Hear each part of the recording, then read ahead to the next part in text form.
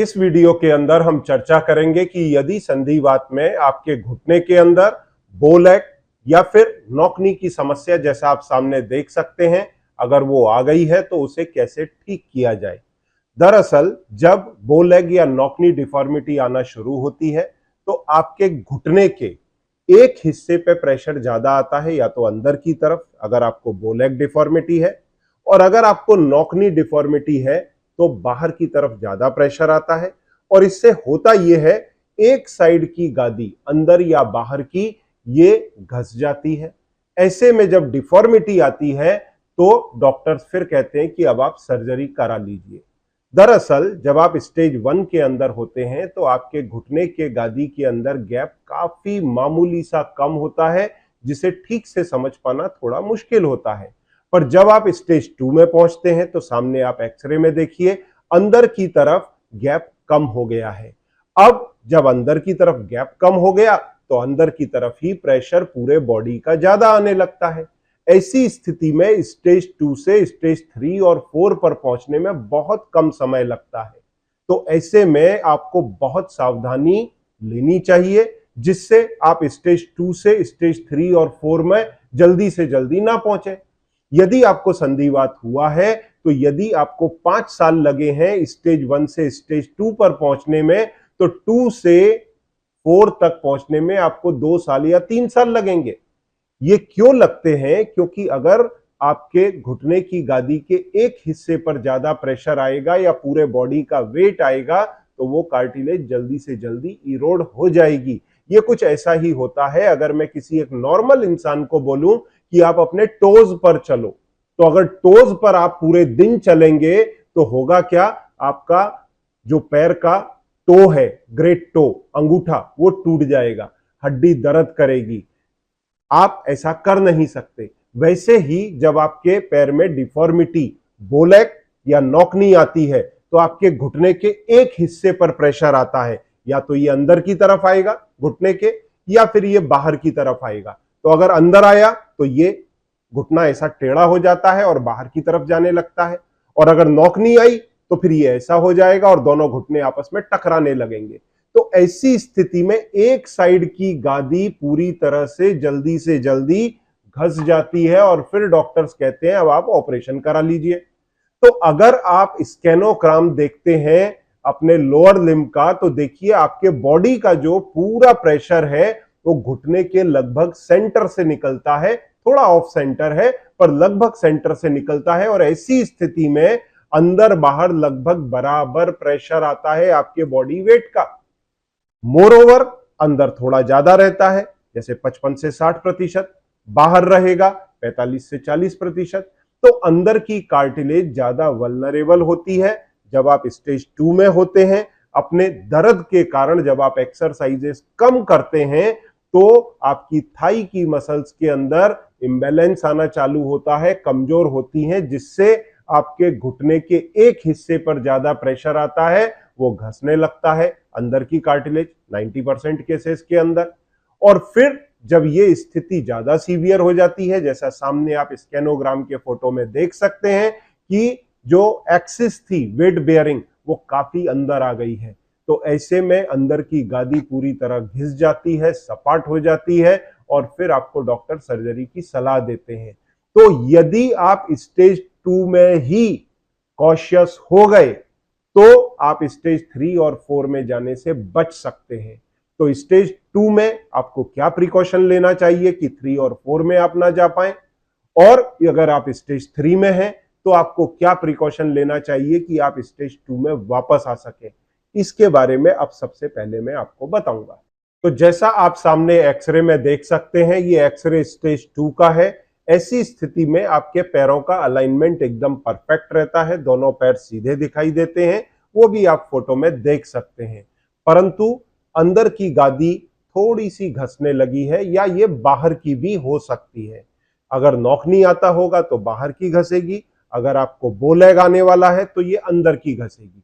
ऐसी स्थिति में सबसे पहला स्टेप आपको क्या लेना है, अपने वजन को काबू करना है। अगर वजन ज्यादा है तो वजन घटाना है, जिससे घुटनों पे प्रेशर कम आए। दूसरा, आपको इंपॉर्टेंट स्टेप लेना है इस हील पैड के रिगार्डिंग। देखिए ये चप्पल में लगने वाला हील पैड है। आप इसका फोटो भी साइड में देख सकते हैं, एक साइड से पतला, एक साइड से मोटा। अगर बो लेग डिफॉर्मिटी है तो मोटा हिस्सा बाहर आएगा, पतला हिस्सा अंदर आएगा। ऐसा मोटा हिस्सा बाहर और पतला हिस्सा अंदर आएगा, इस प्रकार से। और यदि आपको शूज के अंदर लगाना है तो ये दूसरा हील पैड होता है। इसके अंदर भी मोटा हिस्सा जो है वो बाहर आएगा और पतला हिस्सा अंदर की तरफ आएगा। तो ये हील पैड लगाएं। इसके बाद में 3 तरह की एक्सरसाइज जो जस्ट मैं अब इसके बाद में आपको बताने वाला हूं। पहला बैठ करके, दूसरा लेट करके और तीसरा साइकिलिंग वाला, ये 3 एक्सरसाइज करेंगे। उसके बाद में नी हिंज सपोर्ट लगाएंगे जिससे डिफॉर्मिटी बढ़े नहीं, वो भी मैं आपको लगा करके दिखाऊंगा। और फिर लाइफस्टाइल चेंजेस करें जो अक्सर मैं गाइड करता हूं, और साथ में दवाइयां लें, 4 स्टेप और जॉइंट फ्रेश इसका रेगुलर सेवन करें, नॉन स्टॉप बंद ना करें। हर्बल सप्लीमेंट है, आपको कोई ऑब्वियस साइड इफेक्ट इसमें आने वाला नहीं है, तो इसका सेवन लगातार करें जिससे आपकी कार्टिलेज और जॉइंट की हेल्थ मेंटेन रहे। अब सामने देखिए, स्टेज 3 के अंदर कार्टिलेज अंदर की काफी घस जाती है और ऐसे में बो लेग और नॉकनी आपको देखते ही समझ में आ जाएगा कि यह समस्या आपके पैरों में आ चुकी है। अब ऐसी स्थिति में आपको फिर वही प्रिकॉशंस लेनी है।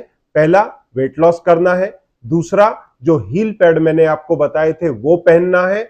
उसके बाद में तीसरा, एक्सरसाइजेज आपको करनी है, पर यहां एक्सरसाइजेज में थोड़ा चेंज आ जाएगा जो अभी मैं आपको करवा करके दिखाऊंगा या खुद करके दिखाऊंगा। उसके बाद में जो नेक्स्ट है, नी हिंज सपोर्ट से अब काम नहीं चलेगा, आपको इसके लिए ब्रेस लगाना पड़ेगा। तो मैं स्पेसिफिक 3 तरह के ब्रेस आपको दिखाऊंगा। उसके बाद में लाइफस्टाइल चेंजेस और मेडिसिन का सेवन आपको लगातार करते रहना है। ये सारी चीजें अब मैं आपको करके दिखाता हूं।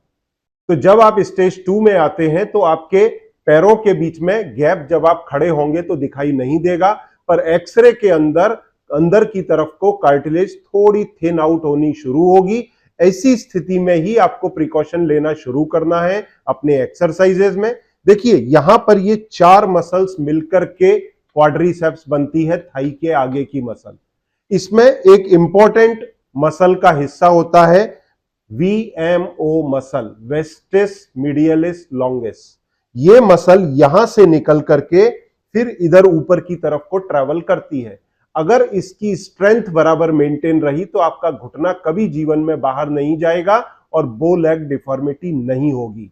तो जब आप स्ट्रेट लेग रेजिंग एक्सरसाइजेस करते हैं, जो मैं एक्सरसाइज के ही एक्सक्लूसिव वीडियो में आपको बताऊंगा, तो उसमें ये आपको प्रिकॉशन लेना है कि दोनों घुटनों के बीच स्ट्रेट लेग रेजिंग करते समय कॉपी फंसा करके रखें जिसका वजन हो 100-200 ग्राम।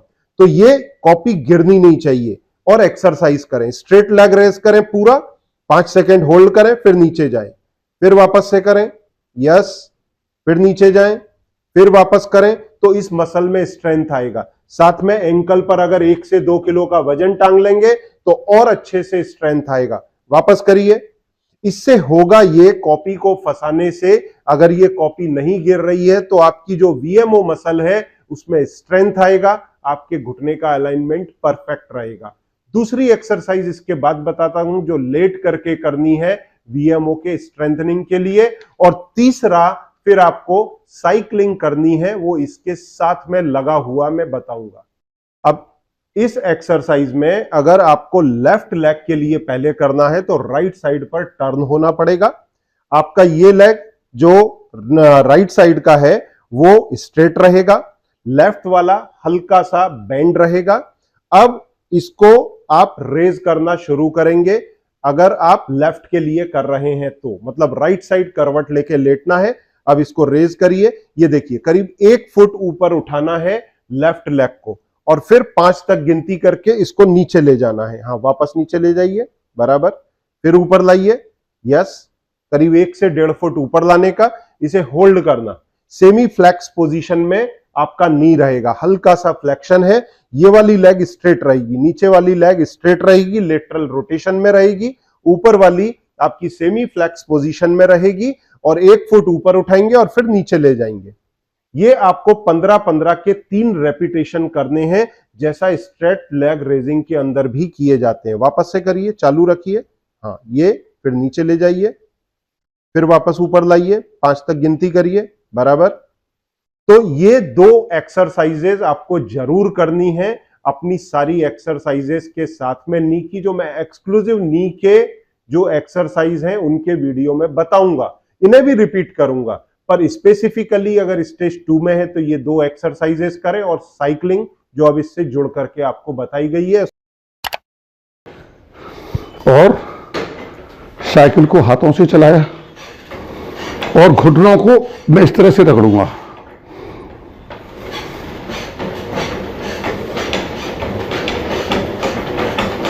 आप देख रहे हैं, इसको स्पेसिफिक पोजीशन में करें। देखिए स्टेज 2 के अंदर आपको 2 प्रकार के नी सपोर्ट अवेलेबल है। एक ये सिंपल नी कैप है, ट्यूबुलर नी सपोर्ट। ये आप एक मोजे के जैसे पैर के ऊपर चढ़ा लेते हैं, पर इससे आपके मसल्स को, पैर को कोई स्ट्रेंथनिंग या सपोर्ट नहीं मिलता, ये आपकी डिफॉर्मिटी को रोक नहीं पाएगा। तो अगर आप स्टेज 2 में हैं तो इस प्रकार का नी हिंज ब्रेस लें। इसके अंदर साइड में मेटल की या फिर प्लास्टिक की स्ट्रिप्स डली रहती हैं, फाइबर की, तो इससे आपके घुटने को सीधा रखने में मदद मिलती है। इसको इस प्रकार से टाइट बांध लिया जाता है, ये इस तरह से खींच करके ये पटेला पे ये गोला आता है, और ये बांध लेने से आपको घुटने के अंदर अच्छा खासा सपोर्ट मिलेगा और ये आपकी डिफॉर्मिटी को बढ़ने नहीं देगा। ठीक है, ये आपकी डिफॉर्मिटी को ऐसा लगा लेने पर ये आपकी डिफॉर्मिटी को बढ़ने नहीं देगा। देखिए ये इस प्रकार से लग जाता है। अब ना आपका घुटना अंदर की तरफ मुड़ेगा, ना आपका घुटना बाहर की तरफ मुड़ेगा, तो ना बोलेग होगा, ना नॉकनी होगा। ये आपको सपोर्ट देगा और साथ में आपको एक्सरसाइजेस करनी है जिससे आपके मसल्स की नेचुरल स्ट्रेंथ बनी रहे। हालांकि इस प्रकार के सपोर्ट लगाने से मसल स्ट्रेंथ घटती है, परंतु हमको बहुत लंबे समय तक भी पूरे दिन इसे बांध करके नहीं रखना है। हमको जो हम घर के बाहर निकलते हैं और अगर हमको लगता है कि पैर हमारा अनस्टेबल हो रहा है तो उस समय पर जरूर इसको बांध के रखें सपोर्ट को, और एक्सरसाइजेस भरपूर करें जिससे नेचुरल मसल्स की स्ट्रेंथ बनी रहे। डाइट में प्रोटीन सफिशिएंट लें और साथ में इस प्रकार के नी कैप को, नी कैप नहीं, इसको हम नी हिंज ब्रेस कहते हैं। ये आप चाहें तो मेरे असिस्टेंट से बात करके भी मंगा सकते हैं। इसमें ये साइड में 2 स्ट्रिप होती हैं, ये डिफॉर्मिटी को बढ़ने से रोकता है। अब यदि आपके पैरों के अंदर बोइंग डिफॉर्मिटी या नॉकनी डिफॉर्मिटी या विंड स्वाइप डिफॉर्मिटी आ चुकी है तो अब आपको ब्रेस लगा के ही उसको करेक्ट करना पड़ेगा, और जो एक्सरसाइजेज मैंने आपको बताई उसके माध्यम से बेल्ट लगा के जब आप करेंगे तो करेक्शन होगा। हील पैड तो पहनना ही है।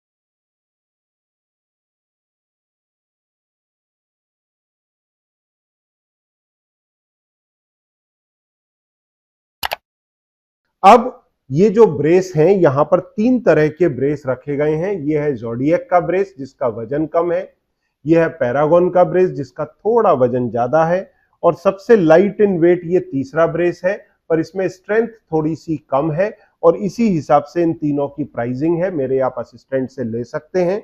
अब मैं इसमें ब्रेस पहनने का तरीका भी आपको सिखाऊंगा, जिससे अगर आप ब्रेस मंगाते हैं तो आपको ब्रेस लगाने में तकलीफ ना हो। वो पूरा ब्रेस लगाने का आप तरीका समझें। पहले जब आप ब्रेस को हाथ में पकड़ते हैं तो ये फ्लेक्शन पोजीशन में आना चाहिए। अगर ये ब्रेस मुड़ नहीं रहा, ये देखिए स्ट्रेट है, तो समझ लीजिए आपने गलत हाथ में पकड़ा है। ये थाई वाला पोर्शन है, ये घेरा बड़ा है, ये घेरा छोटा है, ये नीचे का हिस्सा है, ये लेग का हिस्सा है, ये थाई का हिस्सा है। अब अगर मान लीजिए आपने ऐसा पकड़ लिया तो ये देखिए स्ट्रेट रहेगा, मतलब ये इस हाथ में मैंने गलत पकड़ा है। ये जो हिंज है ये बाहर की तरफ रहना चाहिए, ये हिंज हर समय बाहर की तरफ रहना चाहिए। ये हिंज देखिए अंदर आ गया, ये गलत पकड़ा है मैंने, ये लेफ्ट में गलत पकड़ा है, इसको राइट में पकड़ना चाहिए। अब देखिए हिंज बाहर आ गया और ये मुड़ गया, बाहर मुड़ा हुआ, मतलब ये राइट साइड का है, मैंने पहचान लिया ये राइट साइड का। अब इसी को मैं लेफ्ट में पकड़ता हूं तो देखिए हिंज अंदर आ गया, तो ये गलत पकड़ा हुआ है जबकि ये मुड़ा है। अब अगर मैं इसको, ये देखिए ये स्ट्रेट हो गया, अगर मैं इसको हिंज को बाहर करने जाता हूं तो ये स्ट्रेट हो गया, अब ये मुड़ नहीं रहा, मतलब ये मैंने गलत हाथ में पकड़ लिया।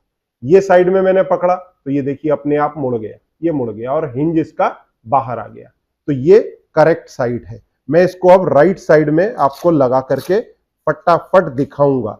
आप चाहें तो इसको थोड़ा सा हम लोग भी फास्ट फॉरवर्ड कर देंगे, जिससे आपको सहूलियत रहे देखते समय। बहुत ही आसान है लगाना। सबसे पहले ये जो पोर्शन है, जो हिंज वाला पोर्शन है, इस पटेला के पैरेलल रखेंगे। ये देखिए ये मेरी कटोरी है, इस पटेला के पैरेलल रखेंगे। ये पैरेलल रख करके पैर के ऊपर दबा दिया। सबसे पहले हम नीचे का, सबसे नीचे का स्ट्रैप टाइट करेंगे। ये सबसे नीचे का स्ट्रैप मैंने जगह पर रख करके टाइट कर दिया, ठीक है। अब ये स्टेबल हो गया, जगह पर होल्ड हो गया। ये देखिए, फिर इंश्योर करिए ये जो आपका पटेला है और ये जो है पैड, ये दोनों एक दूसरे के पैरेलल होना चाहिए। इसके बाद में दूसरे नंबर पर मैं सबसे ऊपर की स्ट्रैप बांधूंगा, ये स्ट्रैप। अब मान लीजिए ये स्ट्रैप बांधते समय ये स्ट्रैप छोटी पड़ रही है, तो इस स्ट्रैप को आप लंबाई में बढ़ा भी सकते हैं। कैसे लंबाई में बढ़ाना है वो भी मैं आपको सिखाता हूं। देखिए इसको थोड़ा सा खींचें, यहां से स्ट्रैप खुल जाती है। ये देखिए स्ट्रैप छोटी बड़ी हो सकती है, तो इसको लंबा कर सकते हैं अगर ये छोटी पड़ रही है तो। अन्यथा मैंने इसको नॉर्मल कर लिया है। देखिए ये ऊपर के तीनों स्ट्रैप मेरे टाइट हो गए। ओके, अब नीचे के बचे हुए दोनों भी मैं टाइट कर लूंगा। अगर स्ट्रैप छोटी पड़ेगी तो उसको मैं खोल करके लंबा कर लूंगा। ये हो गया, ये बन गया। अब ये एलन की से, क्योंकि ये बो लेग डिफॉर्मिटी में घुटना ऐसा टेढ़ा हो जाता है, ये ऐसा टेढ़ा हो जाता है ऐसा, तो इसको घुटने को, ये दोनों तरफ से होल्ड हो गया ऊपर नीचे से। अब यहां से घुटने को अंदर दबा देंगे, क्योंकि ये बाहर गया है ना, तो बाहर गया है तो इसको अंदर दबा देंगे। जैसे ही ये अंदर दबेगा, ये देखिए ये गैप आप देख पा रहे होंगे, क्योंकि मेरे पैरों में कोई डिफॉर्मिटी नहीं है, पर जिन लोगों के पैर में डिफॉर्मिटी होती है उन लोग को ये घुटना अंदर आता हुआ दिखेगा। तो आपको जिस पोजीशन में कंफर्टेबल रखता है, ये देखिए बीच में एक उंगली का गैप हो गया यहां, ठीक है। तो ये ब्रेस मैंने पहन लिया है। अब ये पहन करके मैं आसानी से चल फिर सकता हूं। तो अब ये लगा करके मैं आराम से चल फिर सकता हूं, मेरा घुटना मुड़ेगा भी, मैं साइकिल भी चला सकता हूं। हालांकि आपको ये करना नहीं है, सीढ़ी चढ़ सकते हैं, ये आप कर सकते हैं, घर के बाहर पहन के जाइए। मैंने इसको जीन्स के ऊपर पहना है, आपको अंदर पहनना है और अपने लूज कपड़े को इसके ऊपर से डाल देना है, तो ये अंदर चला जाएगा। ज्यादा है एक स्टॉकिंग पहनिए, जो फीमेल्स का जो लेगिंग्स आते हैं ना, अगर कोई वेस्ट पुराना रखा हो उसको काट लीजिए, इतना बड़ा काट करके पहले लेगिंग पहनिए, उसके ऊपर इस ब्रेस को बांधिए और फिर ऊपर से अपना कपड़ा डाल लीजिए, तो ये अंदर हाइड हो जाएगा, नहीं दिखेगा। इसे पहन के आप आसानी से सीढ़ी चढ़िए, चलिए फिरिए, घर के बाहर जाइए और मिनिमम पूरे दिन में 3 से 6 घंटा जरूर पहनिए, तो आपके डिफॉर्मिटी में करेक्शन आएगा। अब जब आप इसको उतारते हैं तो या तो उतारने के बाद में या उतारने के पहले ही इसको ओरिजिनल पोजीशन में पहले लाएं और फिर, क्योंकि ये देखने में तकलीफ होती है, तो उतार करके फिर इसको डिफ्लेट करें, इस पैड को ओरिजिनल पोजीशन पर लाएं। ऐसा ना करें कि आप उतारने के बाद में इसको ओरिजिनल पोजीशन पर ना लाएं, नहीं तो क्या होगा, ये बराबर से बंधेगा नहीं। मैंने तो पहले ही इसको डिफ्लेट कर दिया है। आप इसको खोलने के बाद में, ऐसा पूरा खोलने के बाद में, ये ब्रेस को पूरा उतारने के बाद ऐसा पूरा उतार लें इसको, और फिर उतारने के बाद में ये पूरा देखिए, ये उतारने के बाद में, ये उतारने के बाद फिर आप इसको डिफ्लेट करके इसकी ओरिजिनल पोजीशन पर ले आए, ये डिफ्लेट कर दें इसको, ठीक है। अब ये रख दिया, इसको बांध करके, ये सारे स्ट्रैप्स वगैरह लगा करके, ये सारे स्ट्रैप्स लगा करके रख दिया, और फिर जब नेक्स्ट टाइम पहनेंगे तो फिर बांधेंगे और फिर इसको इन्फ्लेट करेंगे, इसको अंदर की तरफ धकेलेंगे पैड को। तो ये हो गया प्रोसेस ज़ोडिएक ब्रेस का। अब देखिए ये पैरागॉन का ब्रेस है, इसे भी बांधने का प्रोसेस सेम है। पर इसकी एलन की सेटिंग थोड़ी अलग है। एलन की इसमें 2 होती हैं और इसलिए इसकी सेटिंग थोड़ी सी अलग है। और ये वाला ब्रेस मैं खास तौर से उन लोग को देता हूं जिनके पैरों में यहाँ पे गड्ढा होता है या जिनको नॉक नी का प्रॉब्लम होता है, जिनके घुटने आपस में टकराते हैं, तो उन लोगों को ये देते हैं मोस्टली। तो ये डिसाइड करके मैं आपके पैरों के फोटो के बेसिस पे आपको बता दूंगा। और साइड पहचानने का वही तरीका है, बड़ा वाला पोर्शन ऊपर पकड़ें, छोटा वाला काफ वाला पोर्शन नीचे, ये हिंज बाहर की तरफ आना चाहिए और ये मुड़ना चाहिए। तो ये समझ में आ गया कि ये राइट साइड का है। अब इसको लगाते समय पे देखिए, ये सबसे पहले सेम जैसा हमने जोडियक में किया था, सबसे नीचे का स्ट्रैप पहले लगाएंगे, पर ये हिंज को, इस हिंज को हम पैरेलल रखेंगे पटेला के। ये देखिए, ये पैरेलल आ गया पटेला के। अब सबसे पहले नीचे वाला स्ट्रैप हम टाइट कर देंगे। पहले ये नीचे वाला स्ट्रैप हम टाइट कर देंगे। ये एक स्ट्रैप टाइट हो गया। अब थाई का स्ट्रैप हम टाइट करेंगे। इसमें भी सिस्टम है कि आप स्ट्रैप के साइज को घटा बढ़ा सकते हैं, ठीक है। इसमें भी वो अरेंजमेंट दिया हुआ है जो जोडियक ब्रेस में था। ये देखिए, आप इसको खोल करके लंबाई बढ़ा सकते हैं, घटा सकते हैं। तो ये मैंने इसमें लगा लिया, ये सेकंड स्ट्रैप। अब ये थर्ड स्ट्रैप, ये तीसरा स्ट्रैप, उसके बाद में ये चौथा स्ट्रैप नीचे का टाइट कर लिया, और ये लास्ट में ये छठवां स्ट्रैप, पांचवा या छठा स्ट्रैप, ये हो गया। अब एलन की सेटिंग इसमें 2 जगह है। ये देखिए, एक ये नीचे और एक ये ऊपर, 2 जगह पर एलन की सेटिंग है। अब इसको घुमाना है हमको किस डायरेक्शन में? ये अगर हम इसको क्लॉकवाइज घुमाएंगे घड़ी के कांटे की दिशा में, तो ये अंदर की ओर मुड़ेगा। और अगर हम इसको घुमाएंगे एंटी क्लॉक, अगर आपको बोइंग डिफॉर्मिटी है तो आपको इसे घुमाना है एंटी क्लॉक डायरेक्शन में, घड़ी के कांटे के अपोजिट डायरेक्शन में। तो देखिए, ये बाहर की तरफ जा रहा है। आपके पैर में अगर बोइंग डिफॉर्मिटी है मतलब ऐसे, नौकनी डिफॉर्मिटी है मतलब ऐसे, तो बोइंग डिफॉर्मिटी में इसको एंटी क्लॉकवाइज घुमाएंगे। एंटी क्लॉक, घड़ी के कांटे के उल्टे डायरेक्शन में। तो ये हो गया एंटी क्लॉक। ये देखिए, यहां ऊपर लगाया मैंने, नीचे का कर दिया, ये ऊपर का लगाया। ये देखिए, बाहर की तरफ जाता दिख रहा है आपको, ये हो गया एंटी क्लॉक, ठीक है। और अगर मान लीजिए आपको नौकनी डिफॉर्मिटी है तो देखिए, ये हो गया। अब ये एंटी क्लॉक लगाया है, इसमें ब्रेस आप देखेंगे ये दोनों फ्लैप बाहर की तरफ आ जाते हैं। सामने फोटो में देखिए, अगर आपको बोइंग डिफॉर्मिटी है तो उतारने के बाद ब्रेस कैसा दिखेगा, मैंने फोटो दिखाई है। और अगर आपको नौकनी डिफॉर्मिटी है तो आप इसको क्लॉकवाइज घुमाएंगे, और आपने सही घुमाया है कि नहीं वो देखिए, सामने फोटो में दिख रहा है, ये नौकनी डिफॉर्मिटी का फोटो है। तो बो लेग के अंदर फ्लैप बाहर जाएंगे, नौकनी के अंदर फ्लैप अंदर आएंगे, मतलब सी शेप दिखेगा इसमें ऐसा, और उसमें रिवर्स दिखेगा, ठीक है। ये क्लैरिटी आई। अब इसको जब हम उतारेंगे तो उतारने के बाद फिर इसको ओरिजिनल पोजीशन में लाएंगे। देखिए, मैं आपको उतार के दिखाता हूं। इसको उतारने के बाद वापस से इसको ओरिजिनल पोजीशन में लाना जरूरी है, क्योंकि नेक्स्ट टाइम जब हम बांधेंगे तो अगर ये ओरिजिनल पोजीशन में नहीं रहा तो बराबर से बंधेगा नहीं, लूज बंधेगा। ये देखिए, ये देख पा रहे हैं आप, ये देखिए, ये ऐसा हो गया ये। और अगर यही नौकनी डिफॉर्मिटी में बांधेंगे तो ये उल्टा आएगा, सामने जैसा फोटो में आप दोबारा देख पा रहे हैं। ये बो लेग के लिए मैंने बांधा था। अब जब इसको उतारेंगे तो उतारने के बाद में वापस से इसके दोनों नीचे और ऊपर के अटैचमेंट को न्यूट्रल करेंगे। ये देखिए, इसको न्यूट्रल करेंगे। ये न्यूट्रल करना बहुत जरूरी है, जिससे अगली बार जब आप पहने तो ये बराबर से आपके पैर में आए, नहीं तो लूज बंधेगा। देखिए, ये मैंने इसको वापस न्यूट्रल कर दिया है, ठीक है। तो ये करके फिर इसको रखें। और फिर तीसरा वाला जो ब्रेस है वो भी मैं आपको बांध करके दिखा देता हूं। अब ये देखिए, तीसरा ब्रेस है, इसे लगाने का तरीका समझ लीजिए। इसमें आपको राइट लेफ्ट लिखा हुआ आता है, ये इधर लेफ्ट लिखा है, मैं लेफ्ट साइड में लगाऊंगा। और ये जो हिस्सा है देखिए, ये जो स्टील ब्रास का अटैचमेंट दिख रहा है, ये ऊपर रहेगा। ये एलन की लगाने की जगह है, इसमें एक ही एलन की लगती है, ये ऊपर रहेगा, नीचे फ्लैट रहेगा, नीचे कोई एलन की नहीं लगेगी। तो ये मेरे साइड में आ जाए। नहीं तो आप इसको उल्टा बांध लेंगे, उल्टा ना बांधें। ये जो हिस्सा है ना जहां एलन की लगेगी ये ऊपर रहेगा, तो इसको बांधने का तरीका थोड़ा सा अलग है। पर पहली बार अगर आपने इसको बांध लिया तो फिर बहुत ही ये आसान हो जाता है इसको बांध पाना। मैं आपको पूरा तरीका सिखाता हूं। देखिए, सबसे पहले हमको क्या करना है, इसको होल्ड करना है प्रॉपर पोजीशन पर।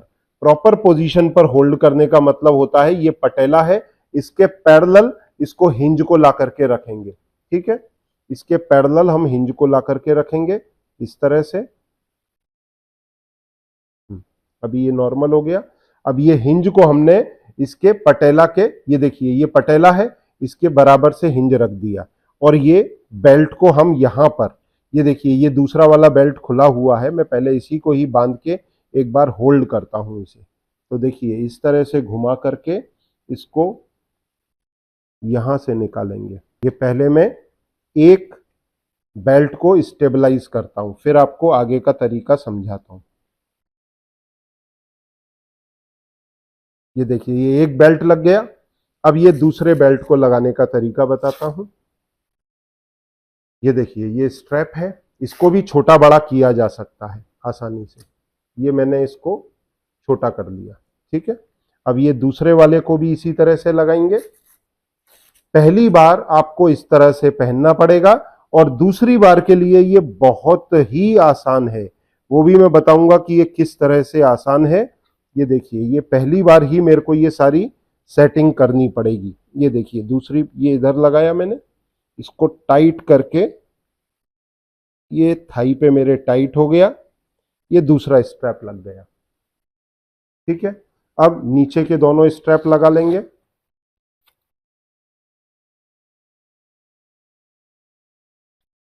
जरा भी वैसे तो टफ नहीं है इसको लगा पाना, आसान है। और ये इसके ऊपर आप अपने कपड़े बड़े आसानी से पहन सकते हैं। ये इसके अंदर बहुत अच्छी विशेषता है क्योंकि इतना फिट हो जाता है आपके पैरों के ऊपर कि आप इसमें अपने कपड़े जो है ना वो बहुत अच्छे से पहन सकते हैं। ये आपके पैरों में एकदम टाइट लग जाता है और ज्यादा स्पेस नहीं लेता, तो आप थोड़े टाइट कपड़े भी इस पर पहन सकते हैं। ये देखिए ये फिट हो गया। अब एलन की सेटिंग करनी है। एलन की सेटिंग एक ही जगह से होगी। ये लग गया एलन की। अब ये देखिए ये मैंने इसको घुमाया, देखिए अब मैं ये एलन की लगा दिया है। अब अगर आपको बोइंग डिफॉर्मिटी है तो आपको इसको एंटी क्लॉकवाइज ही घुमाना है। ये देखिए ये एंटी क्लॉकवाइज घुमाया मैंने, ये अंदर जा रहा है और ये पैर को बाहर ला रहा है। देखिए ये पैर मेरा बाहर की तरफ इसमें खिंचा हुआ गया, ये बाहर की तरफ आ गया। तो ये पैर मेरा जो ऐसे कर्वेचर होता है बो लेग में वो स्ट्रेट हो जाएगा। और अगर मान लीजिए आपको नॉक नी की समस्या है तो इसको आपको क्लॉकवाइज डायरेक्शन में घुमाना है, इस तरह, ये क्लॉकवाइज डायरेक्शन में। तो ये आपके पैर को अपोजिट डायरेक्शन में लेकर के जाएगा। अगर आपका पैर बाहर निकल गया है तो उसको अंदर लाएगा। तो ये इस प्रकार से पहन ले। अब इसको मैं न्यूट्रलाइज पहले कर देता हूं। ये न्यूट्रलाइज कर दिया। अब देखिए इसको उतारना और पहनना बहुत आसान है। ये यहां पर लॉक दिया, ये देखिए निकल गया। अब आपको बार बार एडजस्ट नहीं करना है इसको। ये देखिए ये लॉक, ये निकल गया। तो आप जब बांधेंगे पोजीशन पर इसको रखें और ये लॉक को टाइट कर दें, बस आपको इतना भर करना है। ये लग गया लॉक। ठीक है, इसी प्रकार से ये दूसरा वाला, ये देखिए ये लग गया लॉक। तो ये बहुत आसान है, खाली फिर आपको लॉकिंग करनी होती है। दोबारा से इस प्रकार से बांधने की मेहनत नहीं करनी पड़ती। एक बार आपके थाई के साइज को इसने लेग के साइज को पकड़ लिया तो ये 3 प्रकार के ब्रेस मैंने आपको बताए। इसके साथ में बाकी के जो मैंने सजेशंस दिए हैं उन्हें फॉलो करें दवाइयों के साथ। तो आपने इस वीडियो के अंदर देखा कि यदि आप स्टेज 2 में हैं तो स्टेज 3 में पहुंचने से बचने के लिए आपको कौन कौन से स्टेप लेने चाहिए, और अगर स्टेज 3 में है तो स्टेज 2 में आने के लिए आपको कौन से स्टेप लेने चाहिए जिससे आप अपनी सर्जरी को अवॉइड कर सकें। साथ में अगर आप दवाइयों का सेवन करते हैं, वेट लॉस करते हैं, लाइफ स्टाइल चेंजेस करते हैं, सारे प्रोटोकॉल को फॉलो करते हैं तो आप सर्जरी को लाइफ टाइम के लिए भी अवॉइड कर सकते हैं। तो ये वीडियो जो था बहुत ही ज्यादा इंपॉर्टेंट है। इस प्रोग्राम के अंदर आप सभी लोगों को इस वीडियो को 2 और 3 बार देख करके अपने कंसेप्ट को क्लियर कर लेना चाहिए। Thank you very much.